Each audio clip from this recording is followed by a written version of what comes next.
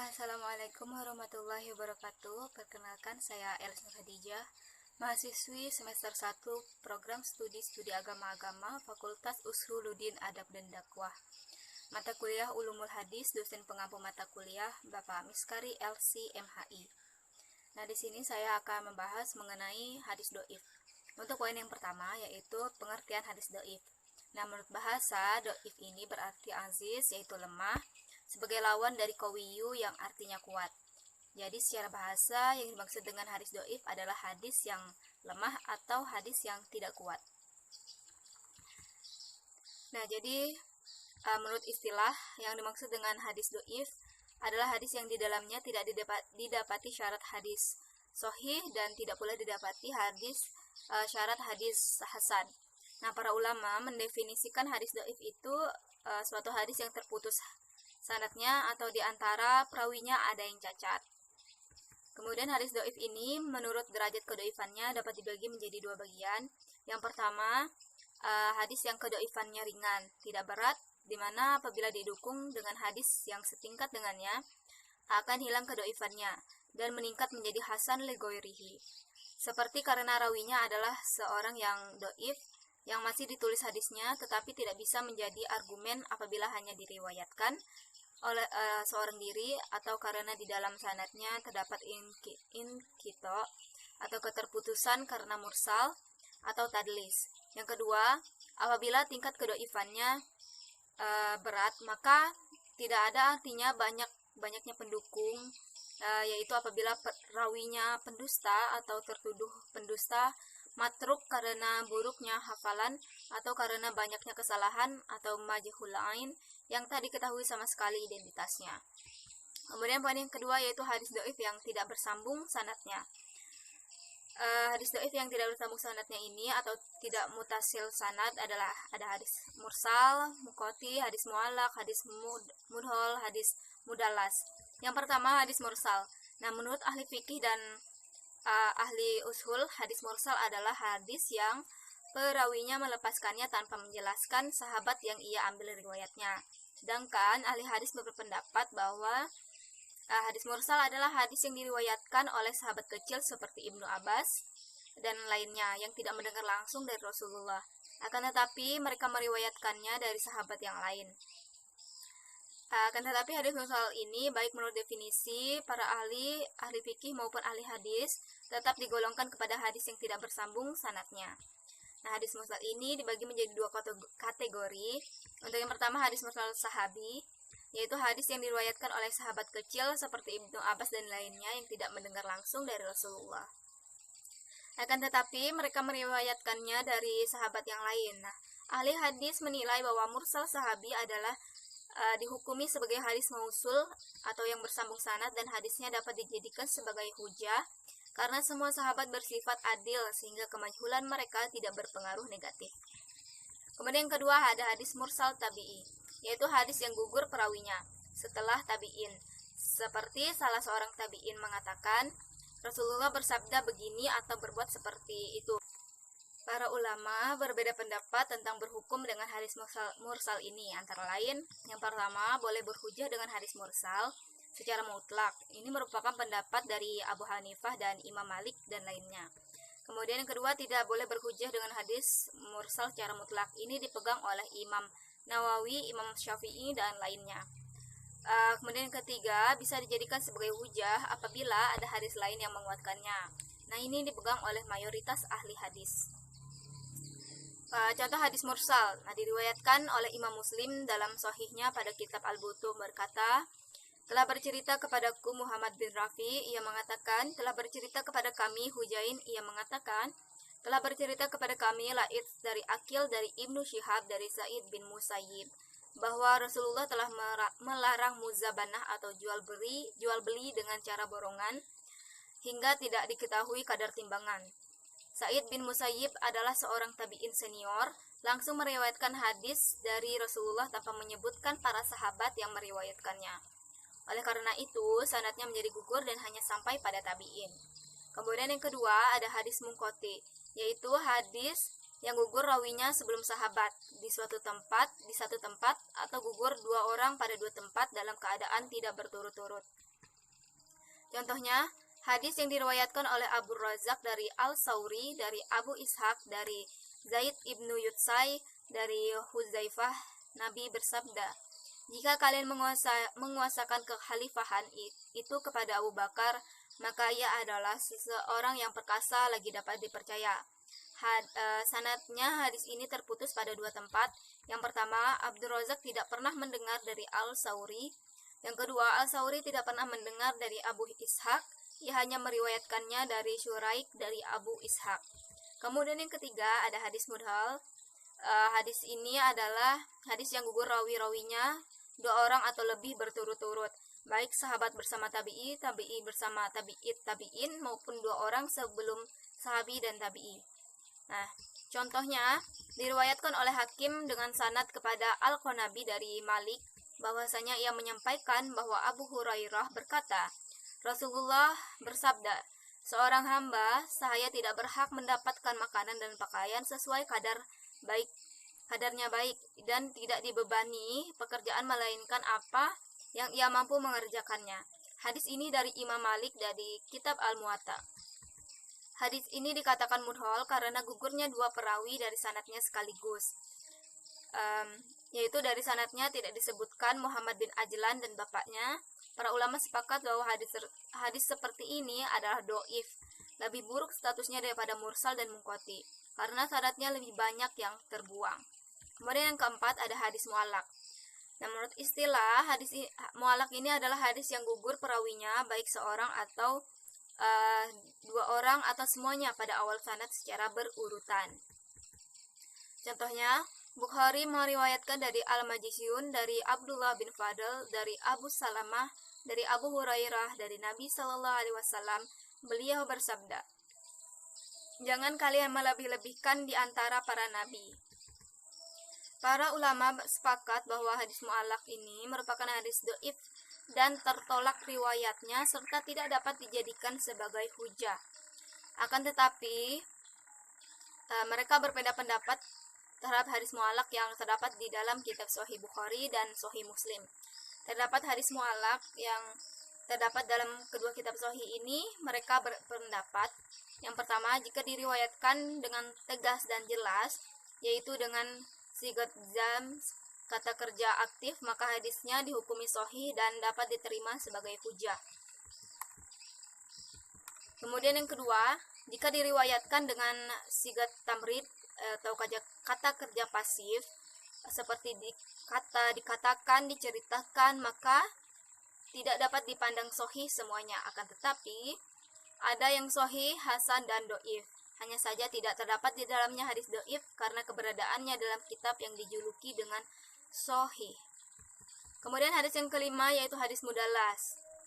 Hadis mudalas ini adalah hadis yang diriwayatkan menurut cara yang diperkirakan bahwa hadis itu tiada bernoda, atau hadis yang tiada disebut di dalamnya sanad atau sengaja digugurkan oleh seseorang perawi nama gurunya sendiri bahwa ia mendengar sendiri secara langsung dari orang yang disebut namanya itu. Rawi yang berbuat demikian disebut mudalis.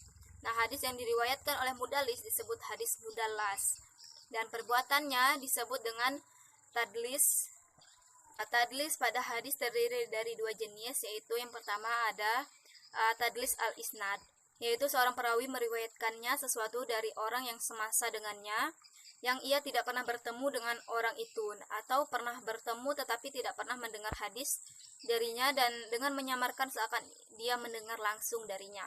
Contohnya, diriwayatkan oleh Hakim dengan sanadnya kepada Ali bin Husyrm, dia berkata, "Telah meriwayatkan kepada kami Ibnu Uyainah dari Az-Zuhri." Maka dikatakan kepadanya, "Apakah Anda telah mendengar langsung dari Az-Zuhri?" Dia menjawab, tidak dan tidak pula dari orang yang mendengarnya dari Az-Zuhri." Yang kedua, tadlis syuyuk, yaitu hadis yang di dalam sanadnya perawi menyebutkan nama syekh yang ia mendengar daripadanya dengan sebutan yang tidak terkenal dan tidak masyhur tentangnya, baik berupa nama, gelar, pekerjaan, dan asal kabilahnya. Contohnya, perkataan Abu Bakar bin Mujahid, salah seorang dari imam ahli qiraat, telah menceritakan kepada kami Abdullah bin Abi Abdillah, yang dimaksud dengan Abu Bakar Abu Dawud As-Sijistani. Kemudian untuk poin yang selanjutnya yaitu hadis dhaif yang tidak adil perawinya. Yang pertama ada hadis maudhu. Hadis maudhu adalah hadis yang di dalam sanadnya terdapat perawi yang berdusta atau dituduh berdusta. Kemudian yang kedua ada hadis matruk. Hadis matruk ini adalah hadis yang diriwayatkan oleh seorang perawi saja, sedangkan perawi itu dituduh berdusta. Kemudian yang ketiga ada hadis mungkar.